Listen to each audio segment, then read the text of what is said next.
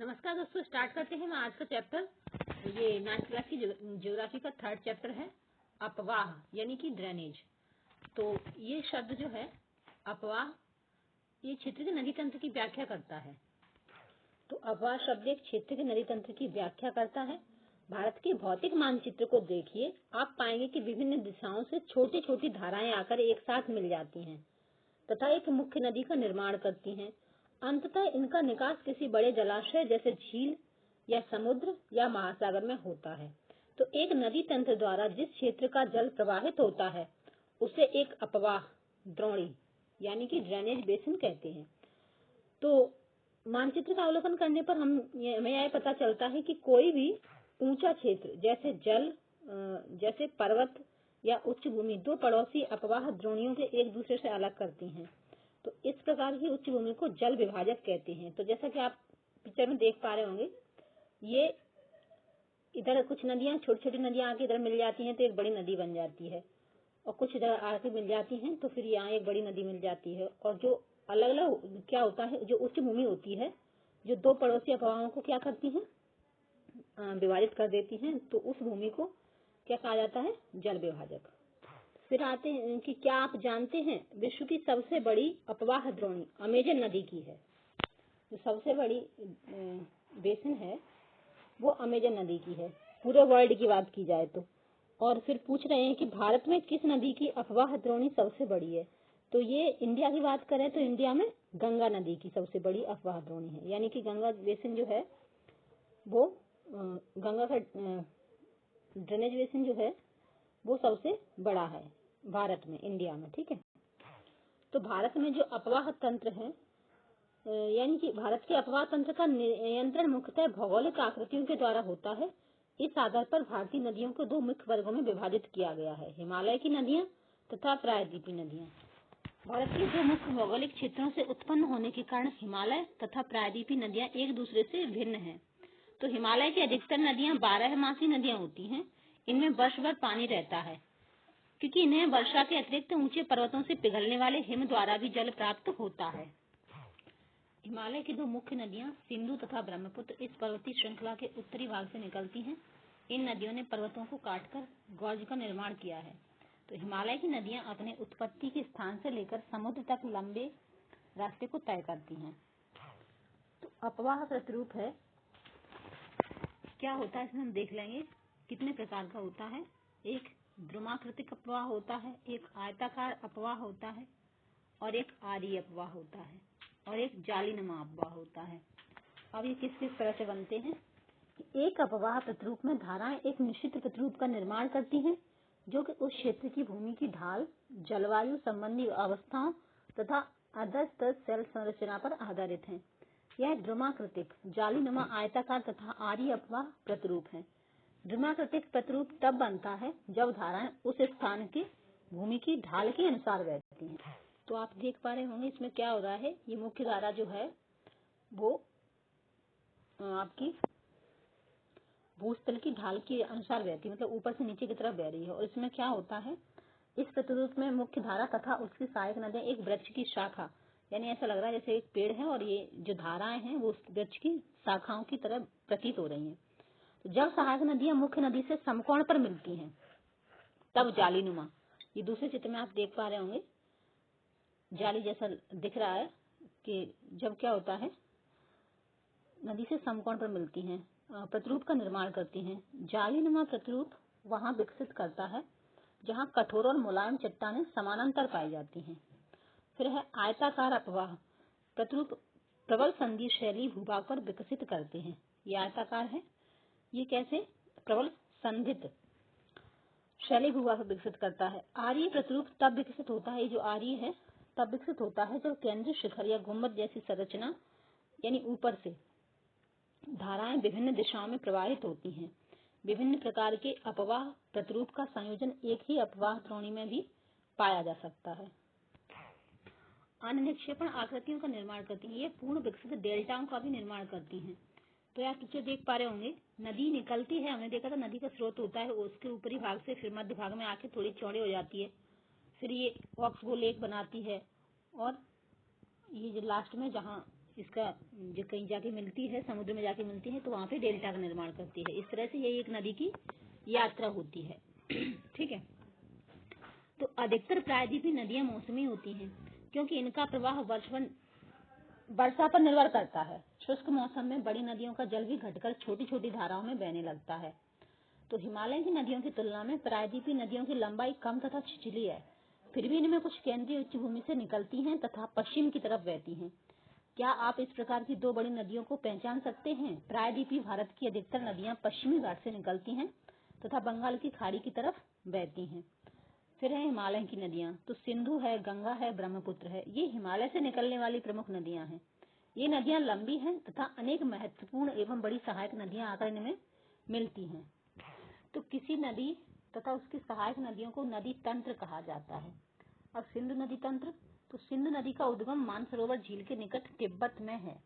पश्चिम की ओर बहती हुई यह नदी भारत में जम्मू कश्मीर के लद्दाख जिले से प्रवेश करती है और इस भाग में यह एक बहुत ही सुंदर दर्शनीय गाज का निर्माण करती है। इस क्षेत्र में बहुत सी सहायक नदियां जैसे जास्कर, नूबरा, श्योक तथा हुंजा इस नदी में मिलती हैं। तो सिंधु नदी बलूचिस्तान तथा गिलगित से बहते हुए अटक में पर्वतीय क्षेत्र से बाहर निकलती है। सतलुज, ब्यास, रावी, चेनाब तथा झेलम, ये 5 नदियां हैं, आपस में मिलकर पाकिस्तान में मिठानकोट के पास सिंधु नदी में मिल जाती हैं। मतलब इसमें सिंधु नहीं है, तो टोटल सिंधु को मिलाकर 6 नदियां होती हैं जो इंडिया से निकल के पाकिस्तान में जाती हैं। इसके बाद यह नदी दक्षिण की तरफ बहती है तथा अंत में कराची से पूर्व की ओर अरब सागर में मिल जाती है। और सिंधु नदी के मैदान का ढाल बहुत धीमा है। सिंधु द्रोणी का 1/3 से कुछ अधिक भाग भारत के जम्मू कश्मीर, हिमाचल तथा पंजाब में और शेष भाग पाकिस्तान में स्थित है। तो 2900 किलोमीटर लंबी सिंधु नदी विश्व की लंबी नदियों में से एक है। सबसे नहीं कह सकते, लेकिन लंबी नदियों में से एक है। अब आप यहाँ बात कर लेते हैं कि जो सिंधु जल समझौता है, जिसे इंडस वाटर ट्रीटी कहते हैं, के अनुच्छेद 1960 के अनुसार भारत इस नदी प्रक्रम के संपूर्ण जल का केवल 20% जल उपयोग कर सकता है। इस जल का उपयोग हम पंजाब, हरियाणा तथा राजस्थान के दक्षिण पश्चिम भागों में सिंचाई के लिए करते हैं। तो थोड़ा सा इसको समझ लेते हैं कि जो इंडस वाटर ट्रीटी है, यानी कि सिंधु जल समझौता है, वो है क्या। तो अभी हम देखेंगे, जैसे इंडिया है, तो ये इंडिया है, आप देख पा रहे होंगे, ये सिंधु नदी है, ये सबसे बड़ी नदी है। और ये झेलम है, चेनाब है, रावी है, सतलुज है और ब्यास है। ये सब नदियां क्या है, इंडिया से निकल के पाकिस्तान की तरफ जा रही हैं, पाकिस्तान में जाके मिल रही हैं। तो क्या हुआ था, एक बार पाकिस्तान वो आजादी के बाद ऐसी पाकिस्तान और इंडिया में कुछ समस्या हो गई, तो ये नदी का पानी रोक दिया। ठीक है, तो पाकिस्तान परेशान हो गया कि ऐसे कैसे काम चलेगा, क्योंकि पाकिस्तान में यही नदियां हैं जो पानी की पूर्ति करती हैं। उसमें सिंधु नदी सबसे बड़ी नदी है, लंबी नदी है। तो फिर क्या हुआ, फिर वाटर ट्रीटी हुई, इंडस वाटर ट्रीटी जिसे कहते हैं। तो इसमें हुआ क्या, उस समय हमारे जो प्रधानमंत्री थे पंडित जवाहरलाल नेहरू और पाकिस्तान के आयूब खान थे। तो इनके बीच एक समझौता हुआ कि जो 3 नदियां हैं, सिंधु, झेलम और चेनाब, ये 3 नदियां हैं, इनका ये पाकिस्तान यूज करेगा। और जो सतलुज, ब्यास और रावी, ये मतलब यूज तो पानी चलता रहेगा, ऐसा कुछ नहीं है, लेकिन सिंधु नदी का क्या है, 20% पानी ही इंडिया यूज कर सकता है, जैसा कि अभी हमने देखा था। यानी कि सिंधु नदी पर इंडिया जो है, कोई सिंधु नदी का पूरा पानी यूज नहीं कर सकता, कोई डैम वगैरह ऐसा नहीं बना सकता जो पूरा पानी इंडिया ही कंज्यूम करे, सिर्फ 20% पानी ही ले सकता है। ऐसा काम नहीं कर सकता कि पूरा पानी ले सके। ठीक है, कहा जाए तो ये 3 नदियां जो हैं वो पाकिस्तान के कंट्रोल में हो गई, और जो 3 नदियां थी ये इंडिया के कंट्रोल में हो गई। इनका पानी यूज कर सकता है पूरा, ठीक है, कुछ ही बना सकता है जैसे चाहे वैसे। तो ये हुई थी 1960 की वाटर ट्रीटी, यानी कि सिंधु जल समझौता जो हुआ था, उसमें ये हमने देखा था। आगे बढ़ने से पहले यदि हम देखना चाहें मैप में कि कौन सी नदियां हैं, तो ये इसमें सारी नदियां और झीलों के नाम ही दिए गए हैं। तो ये तो आप देख पा रहे हैं, ऊपर सिंधु है, सिंधु नदी हो गई, ब्यास, चेनाब, रावी, सतलुज, झेलम, ये सब जम्मू कश्मीर में और फिर बुलर झील भी है, ठीक है। ये गोविंद सागर लेक है, और ये गंगा, यमुना, शारदा, ये सब नदियां हैं। और ये सांवर झील है जो कि राजस्थान में है। और राणा प्रताप सागर है, ये नर्मदा, तापी, ये सारी नदियां आप देख पा रहे होंगे।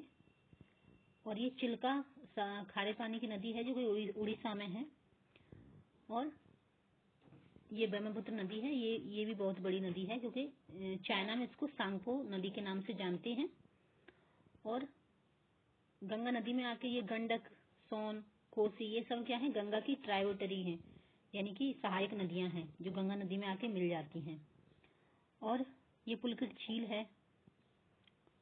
ये सब इस मैप में आप देख पा रहे हैं। कृष्णा नदी है जो कि महाराष्ट्र में महाबलेश्वर से निकलती है। तो इसमें जितनी भी नदियां आप देख पा रहे हैं, ये मैप काफी यूजफुल है।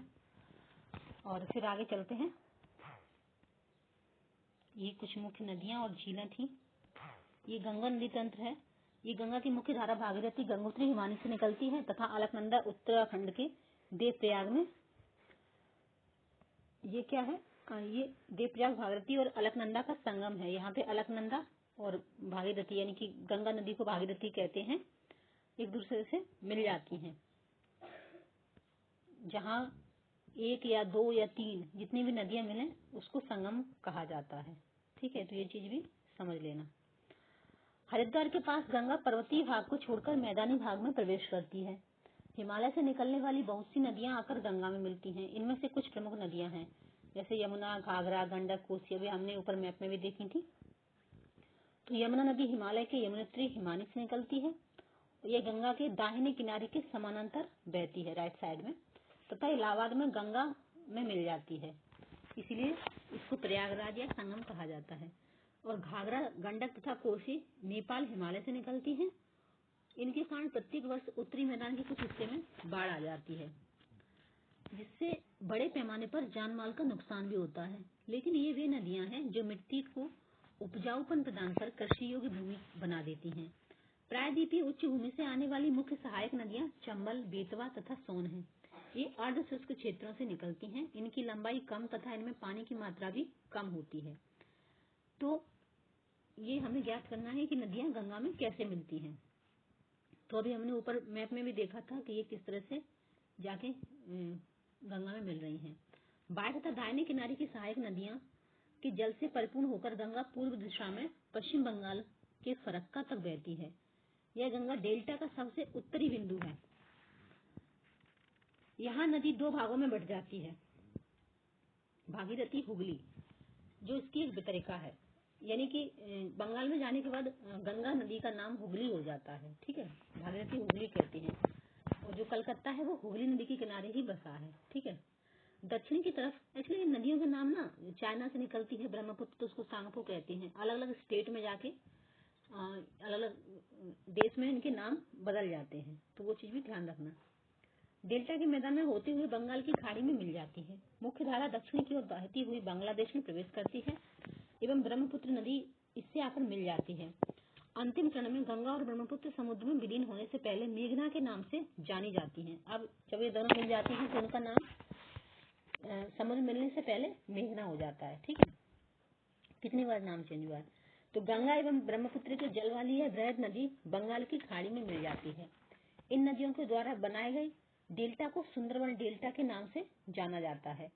और जो सुंदरबन है उसके बारे में थोड़ा सा देखते हैं कि सुंदरबन डेल्टा का नाम वहां पाए जाने वाले सुंदरी पादप से लिया गया है। तो सुंदरबन डेल्टा विश्व का सबसे बड़ा एवं तेजी से वृद्धि करने वाला डेल्टा है।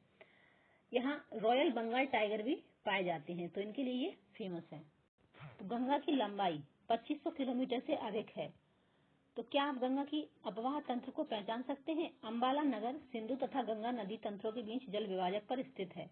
अंबाला से सुंदरबन तक मैदान की लंबाई लगभग 1800 किलोमीटर है, परंतु इसकी ढाल में गिरावट मुश्किल से 300 मीटर है। दूसरे शब्दों में प्रति 6 किलोमीटर की दूरी पर ढाल में गिरावट केवल 1 मीटर है। इसलिए नदियों में अनेक बड़े विसर्ग बनाए जाते हैं। फिर आता है ब्रह्मपुत्र नदी तंत्र। तो जो ब्रह्मपुत्र नदी तिब्बत के मानसरोवर झील के पूर्व तथा सिंधु एवं सतलुज के क्षेत्रों से काफी नजदीक से निकलती है। इसकी लंबाई सिंधु से कुछ अधिक है। परंतु इसका अधिकतर मार्ग भारत से बाहर स्थित है। यह हिमालय के समानांतर पूर्व की ओर बहती है। नामचा बारवा शिखर 7,757 मीटर के पास पहुंचकर यह अंग्रेजी के यू अक्षर जैसा मोड़ बनाकर भारत के अरुणाचल प्रदेश में गॉर्ज के माध्यम से प्रवेश करती है। यहाँ इसे दिहांग के नाम से जाना जाता है तथा दिवांग, लोहित, कैनुला एवं दूसरी सहायक नदियां इससे मिलकर असम में ब्रह्मपुत्र का निर्माण करती हैं। तो देखिए, ब्रह्मपुत्र में तिब्बत को क्या कहा जाता है, ब्रह्मपुत्र नदी असम में आने के बाद ब्रह्मपुत्र नाम पड़ा है, लेकिन तिब्बत में इसको सांगपो कहते थे एवं बांग्लादेश में जमुना ब्रह्मपुत्र नदी को ही कहा जाता है। ठीक है। तिब्बत एक शीत एवं शुष्क क्षेत्र है, अतः यहाँ इस नदी में जल एवं सिल्ट की मात्रा बहुत कम होती है क्योंकि बर्फ जमी रहती है। भारत में यह उच्च वर्षा वाले क्षेत्र से होकर गुजरती है। यहाँ नदी में जल एवं सिल्ट की मात्रा बढ़ जाती है। असम में ब्रह्मपुत्र अनेक धारा में बढ़कर एक गुम्फित नदी के रूप में बहती है तथा बहुत से नदी द्वीपों का निर्माण करती है। तो क्या ब्रह्मपुत्र के द्वारा बनाए गए विश्व द्वीप सबसे बड़े नदी द्वीप का नाम याद है? तो हमने पहले पढ़ा था, इससे पहले हमने पढ़ा था क्लास 8th में, माजुली।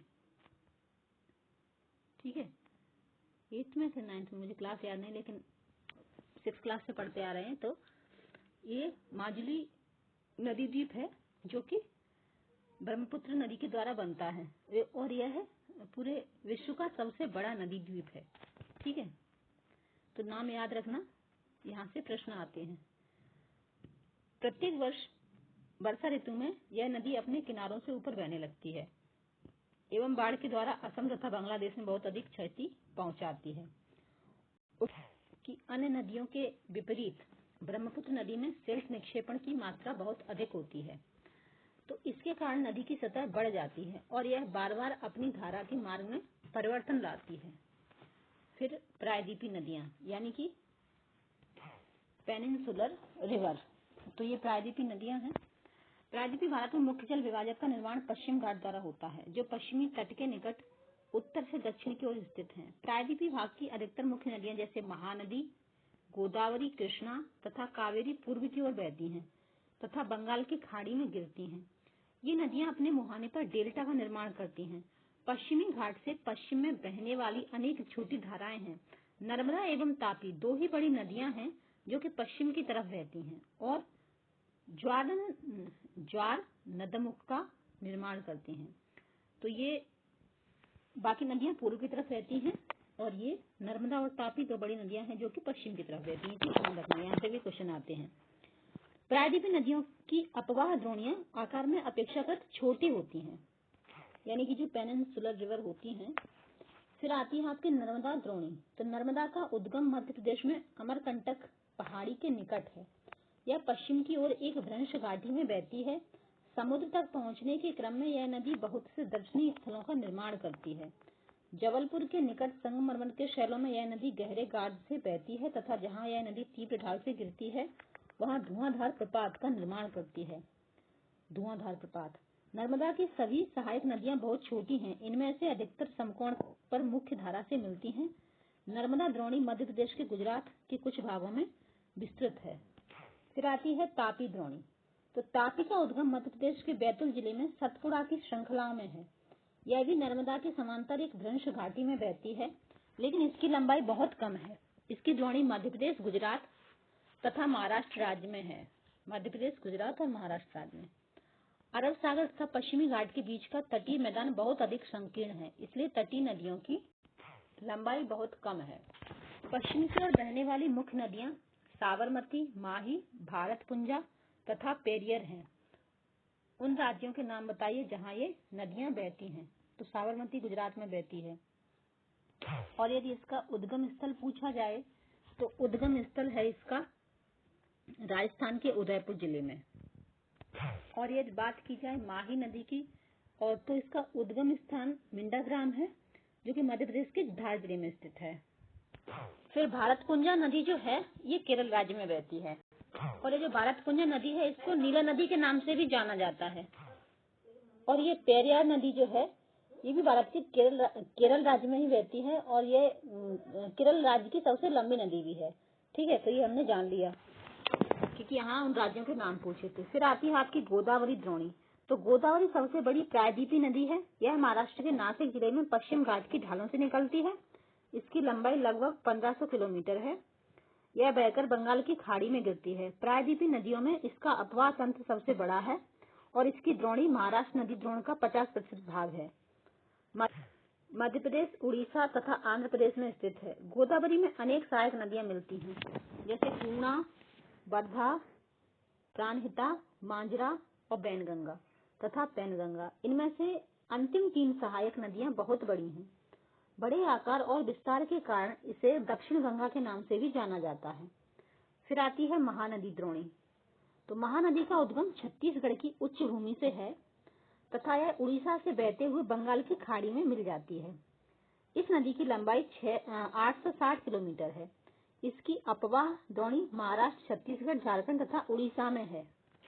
फिर आती है कृष्णा द्रोणी। तो महाराष्ट्र के पश्चिम घाट में महाबलेश्वर के निकट एक स्रोत से निकलकर कृष्णा लगभग 1400 किलोमीटर बहकर बंगाल की खाड़ी में गिरती है। और तुंगभद्रा, कोयना, घाटप्रभा, मुसी तथा भीमा इसकी कुछ सहायक नदियां हैं। इसकी द्रोणी महाराष्ट्र, कर्नाटक तथा आंध्र प्रदेश में फैली है। फिर है कावेरी द्रोणी। तो कावेरी पश्चिम घाट के ब्रह्मगिरी श्रृंखला से निकलती है तथा तमिलनाडु में कुडलूर के दक्षिण में बंगाल की खाड़ी में मिल जाती है। इसकी लंबाई 760 किलोमीटर है और इसकी प्रमुख सहायक नदियां हैं अमरावती, भवानी, हेमावती तथा काविन। और इसकी द्रोणी तमिलनाडु, केरल तथा कर्नाटक में विस्तृत है। फिर आपका डिड यू नो फैक्ट आता है कि भारत में दूसरा सबसे बड़ा जलप्रपात कावेरी नदी बनाती है। इसे शिव समुद्रम के नाम से जाना जाता है और प्रताप द्वारा उत्पादित विद्युत मैसूर, बंगलौर तथा कोलार स्वर्ण क्षेत्र को प्रदान की जाती है। तो ये दूसरा सबसे बड़ा जलप्रपात हो गया। फिर यहाँ ज्ञात करने के लिए दिया है कि भारत का सबसे बड़ा जलप्रपात कौन सा है। तो यदि मतलब पहला जलप्रपात कह सकते हैं सबसे बड़ा, तो ये है आपका कुंचिकल जलप्रपात, जो कि सबसे ऊंचा जलप्रपात है। इसकी ऊंचाई लगभग 455 मीटर है और यह कर्नाटक में बरही नदी पर स्थित है। पूर्व में योग जलप्रपात का सबसे ऊंचा जलप्रपात था योग, लेकिन अब कुंचिकल जलप्रपात है। फिर आता है इन बड़ी नदियों के अतिरिक्त कुछ छोटी नदियां हैं। तो इन बड़ी नदियों के अतिरिक्त छोटी नदियां हैं जो पूर्व की तरफ बहती हैं। दामोदर, ब्राह्मणी, बैतरणी तथा सुवर्णरेखा कुछ महत्वपूर्ण उदाहरण हैं। तो इनके एटलस में इनकी स्थिति ज्ञात करना है। फिर आता है डिड यू नो कि पृथ्वी के धरातल का लगभग 71% भाग जल से ढका है, लेकिन 97% जो जल है वो नमकीन है, लवणीय है। केवल 3% जल ही स्वच्छ जल के रूप में उपलब्ध है और जिसका 3/4 भाग हिमानी के रूप में है। फिर हम झीलों के बारे में थोड़ी सी बात करेंगे कि कश्मीर घाटी तथा प्रसिद्ध डल झील। नाव वाले घरों तथा शिकारा से तो आप परिचित ही होंगे, क्योंकि हम ये तो 5th क्लास में ही पढ़ चुके हैं, जो प्रत्येक वर्ष हजारों पर्यटकों को आकर्षित करते हैं। इसी प्रकार आप अन्य झीलों वाले स्थानों पर भी गए होंगे तथा वहां नौकायान, तैराकी एवं अन्य जलीय खेलों का आनंद लिया होगा। तो कल्पना कीजिए अगर कश्मीर, नैनीताल एवं दूसरे पर्यटन स्थलों पर झीलें नहीं होती, तब क्या वे उतना ही आकर्षित करते जितना कि आज करते हैं? क्या आपने कभी यह जानने की कोशिश की है कि इन पर्यटकों को आकर्षित करने के लिए किसी स्थान पर झीलों का क्या महत्व है? पर्यटकों के आकर्षण के अतिरिक्त मानव के लिए अन्य कारणों से भी झीलों का महत्व है। जैसे पृथ्वी की सतह के गर्त वाले भागों में जहां जल जमा हो जाता है उसे झील कहते हैं। तो क्या आप जानते हैं बड़े आकार वाली झीलों को समुद्र कहा जाता है, जैसे कैस्पियन, मृत तथा अरल। भारत में भी बहुत सी झीलें हैं, ये एक दूसरे से आकार तथा अन्य लक्षणों में भिन्न हैं। अधिकतर झीलें स्थायी होती हैं तथा कुछ में केवल वर्षा ऋतु में ही पानी होता है, जैसे अंतर्देशीय अपवाह वाले अर्ध शुष्क क्षेत्रों की द्रोणी वाली झीलें। यहाँ कुछ ऐसी झीलें हैं जिनका निर्माण हिमानियों एवं बर्फ चादर की क्रिया के फलस्वरूप हुआ है, जबकि कुछ अन्य झीलों का निर्माण वायु, नदियों एवं मानवीय क्रियाकलापों के कारण हुआ है। एक विसर्प नदी बाढ़ वाले क्षेत्रों में कटकर गौखुर झील का निर्माण करती है, स्पिट तथा बार रोदिका तटीय क्षेत्रों में लैगून का निर्माण करते हैं, जैसे चिल्का झील, पुलिकट झील तथा कोलेरो झील। अंतर्देशीय भागों वाली झीलें कभी कभी मौसमी होती हैं। उदाहरण के लिए राजस्थान की सांबर झील, जो एक लवण जल वाली झील है। इसके जल का उपयोग नमक के निर्माण के लिए किया जाता है। तो मीठे पानी की अधिकांश झीलें हिमालय क्षेत्र में हैं। ये मुख्यतः हिमानी द्वारा बनी हैं। दूसरे शब्दों में ये तब बनी जब हिमानियों ने या कोई द्रोणी गहरी बनाई, जो बाद में हिम पिघलने से भर गई, या किसी क्षेत्र में शिलाओं अथवा मिट्टी से हिमानी मार्ग बन गए। इसके विपरीत जम्मू तथा कश्मीर की बूलर झील भूगर्भीय क्रियाओं से बने हैं। यह भारत की सबसे बड़ी मीठे पानी वाली प्राकृतिक झील है। डल झील, भीमताल और नैनीताल और लोकताल तथा बड़ा पानी कुछ अन्य महत्वपूर्ण ये क्या है, मीठे पानी की झीलें हैं। तो इनका नाम याद रखना। वैसे तो क्वेश्चन आंसर करेंगे तब फिर से रिवीजन कर लेंगे, लेकिन ये सब मीठे पानी वाली झीलें हैं। कौन सी? डल झील है, भीमताल है, नैनीताल है और लोकताल है और बड़ा पानी है। तो ये लोकताल झील का पिक्चर आप देख पा रहे होंगे।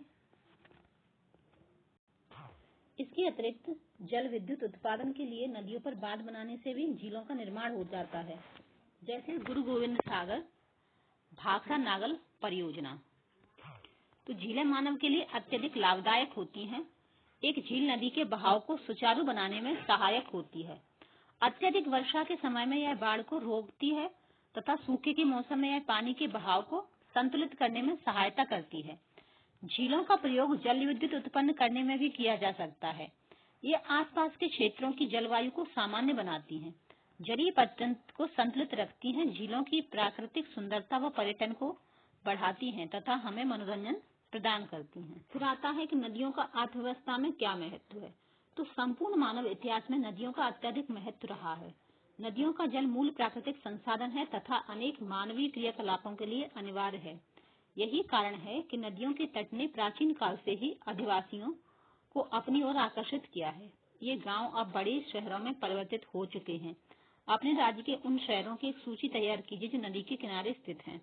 तो आप जिस भी राज्य में रहते हैं वहाँ की सूची तैयार कीजिए। किंतु भारत जैसे देश के लिए, जहाँ की अधिकांश जनसंख्या जीविका के लिए कृषि पर निर्भर है, वहाँ सिंचाई, नौ संचालन, जल विद्युत निर्माण में नदियों का बहुत महत्व अधिक है। फिर आता है नदी प्रदूषण। तो नदी जल की घरेलू, औद्योगिक तथा कृषि में बढ़ती मांग के कारण इसकी गुणवत्ता प्रभावित हुई है। इसके परिणाम स्वरूप नदियों से अधिक जल की निकासी होती है तथा इनका आयतन घटता जाता है। दूसरी ओर उद्योगों का प्रदूषण तथा अपरिष्कृत कचरे नदी में मिलते रहते हैं। यह केवल जल की गुणवत्ता को ही नहीं बल्कि नदी के स्वतः स्वच्छीकरण की क्षमता को भी प्रभावित करता है। उदाहरण के लिए दिए गए समुचित जल प्रवाह में गंगा का जल लगभग 20 किलोमीटर क्षेत्र में फैले बड़े शहरों की गंदगी को तनु करके समाहित कर सकता है, लेकिन लगातार बढ़ते हुए औद्योगिकरण एवं शहरीकरण के कारण ऐसा संभव नहीं हो पाता है तथा अनेक नदियों में प्रदूषण का स्तर बढ़ता जा रहा है और नदियों में बढ़ते प्रदूषण के कारण इनको स्वच्छ बनाने के लिए अनेक कार्य योजनाएं लागू की गई हैं। तो उन योजनाओं के बारे में देखते हैं। नदी के प्रदूषित जल से हमारा स्वास्थ्य किस प्रकार प्रभावित होता है और बिना स्वच्छ जल की मानव जीवन है, उसमें अपने कक्षा में आप वाद विवाद कर सकते हैं, ये लिखा हुआ है। लेकिन हम देखते हैं कि नदी योजना, ये राष्ट्रीय नदी संरक्षण योजना है, जिसे हम NRCP कहते हैं, नेशनल रिजर्व कंजर्वेशन पॉलिसी।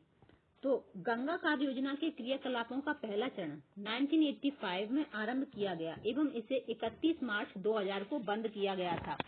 राष्ट्रीय नदी संरक्षण प्राधिकरण के कार्यकारी समिति ने गंगा कार्य योजना के प्रथम चरण की प्रगति की समीक्षा की तथा गंगा कार्य योजना के प्रथम चरण से प्राप्त अनुभवों के आधार पर आवश्यक सुझाव दिए। इस कार्य योजना को देश की प्रमुख प्रदूषित नदियों में राष्ट्रीय नदी संरक्षण योजना के अंतर्गत लागू किया गया है। गंगा कार्य योजना के दूसरे चरण को राष्ट्रीय नदी संरक्षण योजना के अंतर्गत शामिल कर लिया गया है। विस्तृत राष्ट्रीय नदी संरक्षण योजना में अब 16 राज्यों की 27 नदियों के किनारे बसे 152 शहर शामिल हैं। इस कार्य योजना के तहत 57 जिलों में प्रदूषण को कम करने के लिए कार्य किया जा रहा है। प्रदूषण को कम करने वाली कुल 215 योजनाओं को स्वीकृति दी गई है। अभी तक 69 यानी कि 69 योजनाएं इस कार्य योजना के तहत पूरी हो चुकी हैं। इसके अंतर्गत लाखों लीटर प्रदूषित जल को रोककर उसकी दिशा में परिवर्तन करके परिष्करण करने का लक्ष्य रखा गया है। अब हम अभ्यास कर लेते हैं, यानी कि क्वेश्चन आंसर। तो निम्नलिखित में से कौन सा वृक्ष की शाखाओं के समान अपवाह प्रतिरूप प्रणाली को दर्शाता है? तो इसको कहते हैं द्रुमाकृतिक। फिर है भूलर झील निम्नलिखित में से किस राज्य में स्थित है? तो भूलर झील जम्मू कश्मीर में है। ठीक है, तो इसका घ आंसर करेक्ट है। फिर है नर्मदा नदी का उद्गम कहाँ से है? तो नर्मदा नदी मध्य प्रदेश के अमरकंटक से निकलती है। ठीक है। फिर क्वेश्चन नंबर 4 है कि निम्नलिखित में से कौन सी लवणी यानी कि नमकीन झील है? तो डल है, भूलर है और गोविंद सागर। ये तो मीठे पानी की झीलें हैं। तो बची आपकी सांवर। तो ये आपका करेक्ट आंसर है क्योंकि ये लवणीय झील है। फिर क्वेश्चन नंबर 5 है, मतलब फर्स्ट का 5 पॉइंट है कि निम्नलिखित में से कौन सी नदी प्रायद्वीपीय भारत की सबसे बड़ी नदी है? तो नर्मदा और तापी प्रायद्वीपीय भारत की सबसे बड़ी नदी थी। तो यहाँ ऑप्शन में नर्मदा दिया है, तो नर्मदा ही करेक्ट आंसर है।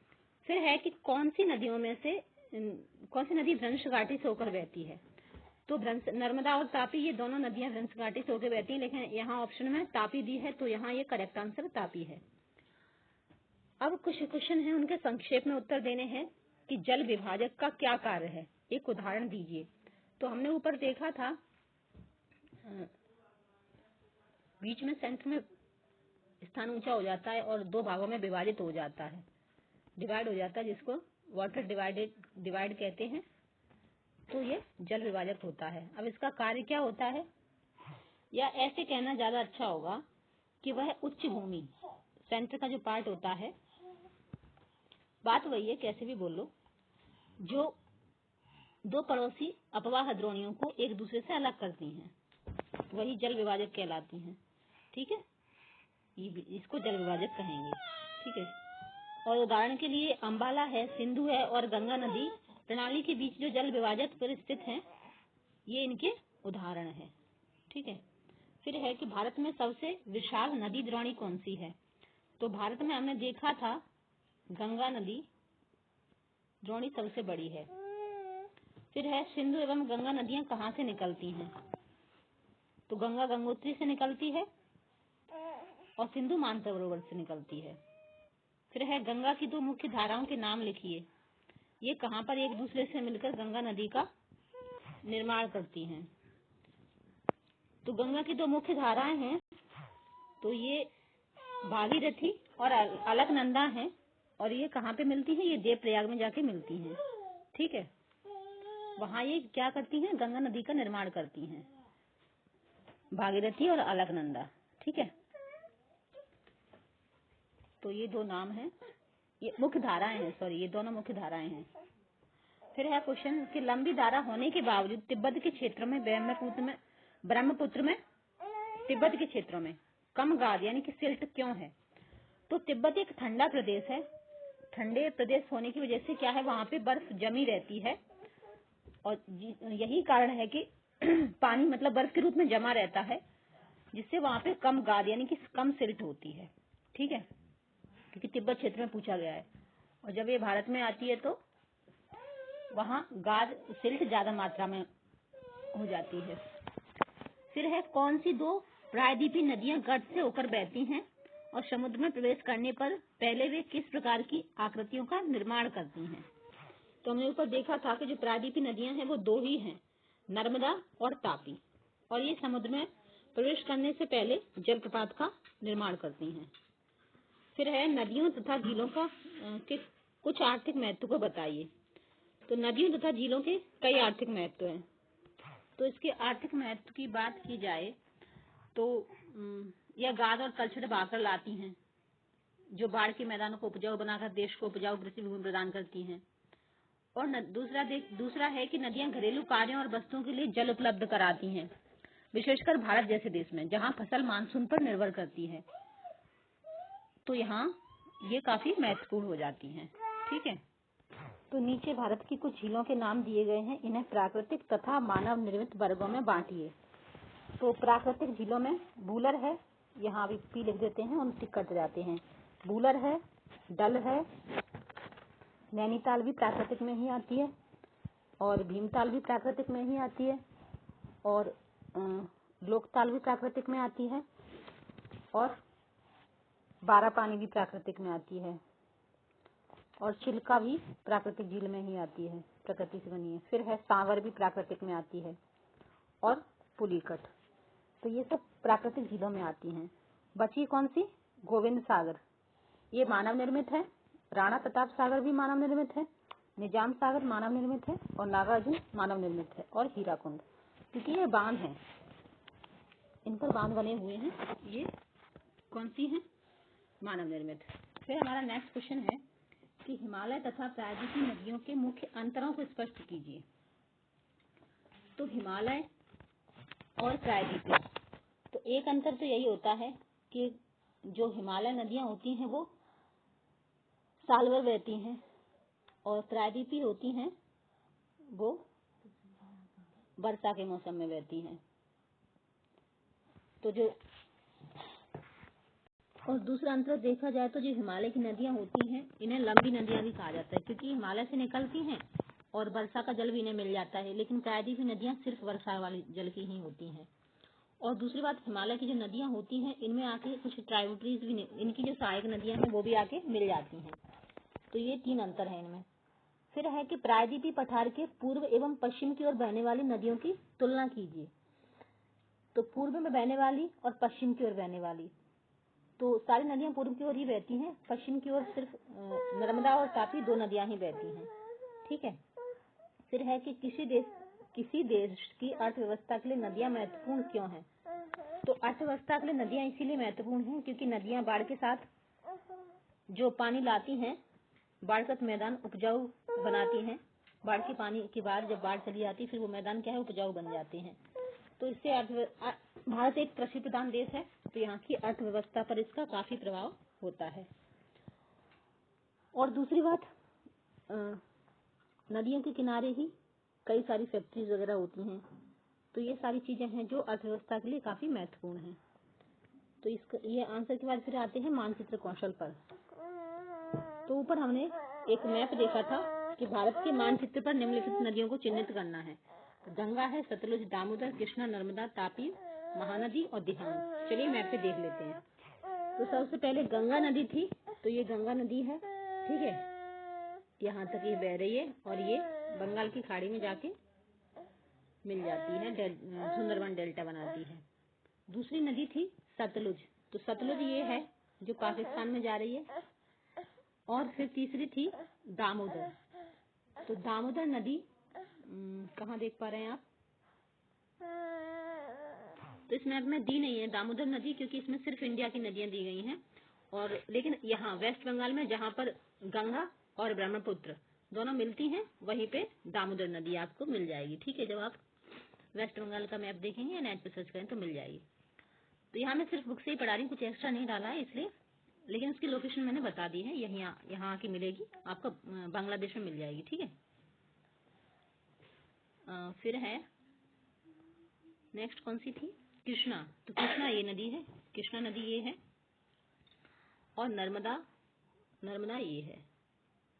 ठीक है, नर्मदा और तापी दोनों ही, नर्मदा तापी ये दोनों हो गई। ठीक है। और महानदी भी इधर ही है, जहाँ पर आपको दामोदर नदी मिलेगी वही महानदी मिल जाएगी। फिर है दिहांग, इस मैप पे सारी नदियां दी नहीं गई हैं, लेकिन ये भी आसाम में ही है, इधर आपको मिल जाएगी। ठीक है। नेक्स्ट क्वेश्चन है कि भारत की रेखा मानचित्र पर निम्नलिखित झीलों को चिन्हित कीजिए। चिल्का, सांबर, बूलर, पुलिकट तथा कोलेरू। तो ये चिल्का झील है उड़ीसा में, बूलर झील है श्रीनगर में, जम्मू कश्मीर में, और सांवर झील है ये आपके राजस्थान में। और फिर है आपकी बूलर तो देख ली, सॉरी, पुलिकट झील, तो पुलिकट ये रही आपकी, और कोलेरू ये आपकी कोलेरू हो गई। ठीक है, तो ये सारी झीलें हैं। तो ये चैप्टर हमारा खत्म हो चुका है एक्चुअली। तो एक्चुअली मैं पूरा चैप्टर खत्म करने की कोशिश करती हूँ, आप खुद से रीड करें तो शायद इधर उधर से ढूंढें, कुछ चीज़ें इसमें नई भी रहती हैं। तो 40 मिनट में आपकी पूरी बुक रीडिंग हो जाती है, प्लस क्वेश्चन आंसर हो जाते हैं एक बार में ही। तो इसलिए मैं ज़्यादा इधर उधर की बातें ना करके सिर्फ पढ़ाई पे फोकस करके। तो आपको अगर वीडियो अच्छा लगता है तो शेयर कीजिए फ्रेंड के साथ और लाइक कीजिए, और चैनल पर नए हैं तो चैनल को सब्सक्राइब कर दीजिए, क्योंकि इसी तरह से मैं पूरे चैप्टर रीड करके और एक्सरसाइज कर लेते हैं फिर हम। Okay, thank you so much.